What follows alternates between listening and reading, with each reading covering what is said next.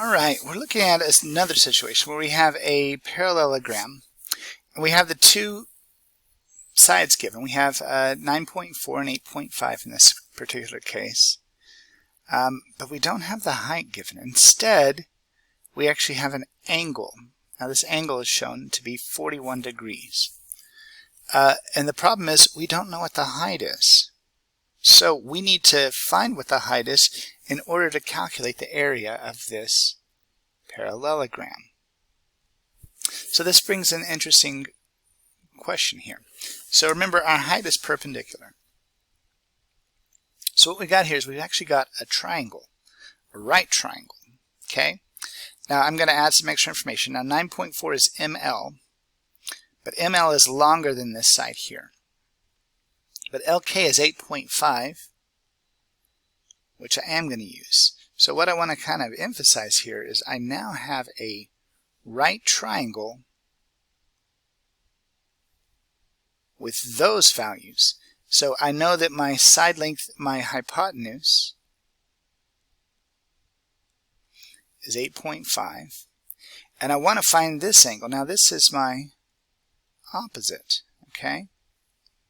So I know my opposite is H. That's what I'm trying to find. My hypotenuse is 8.5.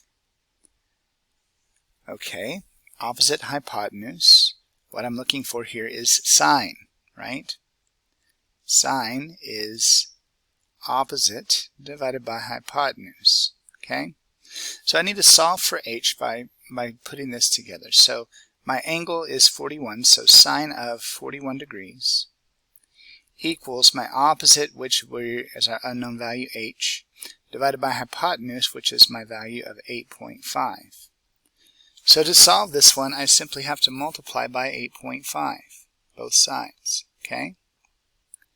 So I multiply by 8.5, and that will give me my value for H.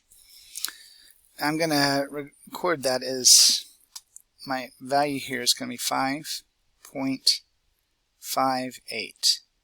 Now I know that we did a lot of stuff where we might have used one decimal point, but I'm going to use 2 decimal points here in order to be a little bit more exact. When I round it, it should be a little bit easier. Okay, so my height is 5.58. My base length is 9.4.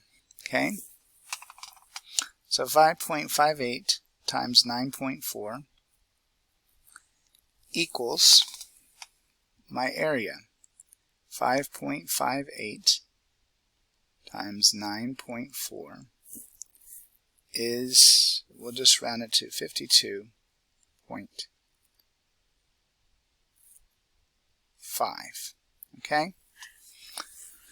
So putting it together, my area is 52.5. Okay? That's how you find the area using trigonometry. Now there is a more generalized formula for this, because you can see that we wouldn't want to have to evaluate this every time. But there is a formula that we can use in general.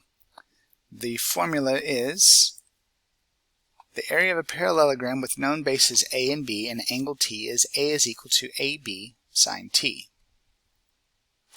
Okay, so our formula is AB sine T. So let's look at how we would actually apply that to this problem. So A is the length of one of the bases, B is the other base, T is the angle in between. Okay? So it's not very much of a problem. I just say I set up my formula. So it doesn't really matter which one you call A, which one you call B. So it would be 3 times 2.5 times sine 50 degrees. Okay? So 3 times 2.5 times sine 50 ends up being 5.7 units. Okay? Over here we have another side, actually 5.7 feet squared. Over on this next one, we have another one where we have 3.1 and 8.2. We also have this angle that says 124 degrees. Now there's a couple of ways that you can approach this. 124 degrees is not our typical right triangle. But there's something that's interesting happens with the sine. You can still take the sine of 124 degrees. It's going to be the same. Okay? You could find this angle over here, which would be 180 minus 124, which is 56, and you could use this angle instead. But something that should be interesting is sine of 124 degrees and sine of 56 degrees are the same value, so it doesn't matter. As long as I have one of the angles, I can use this to calculate. Okay? So my area will be 3.1 times 8.2 times sine of 124 degrees. Okay? So 3.1 times 8.2 times sine 124 equals 21.1. In this case, it would be meters squared.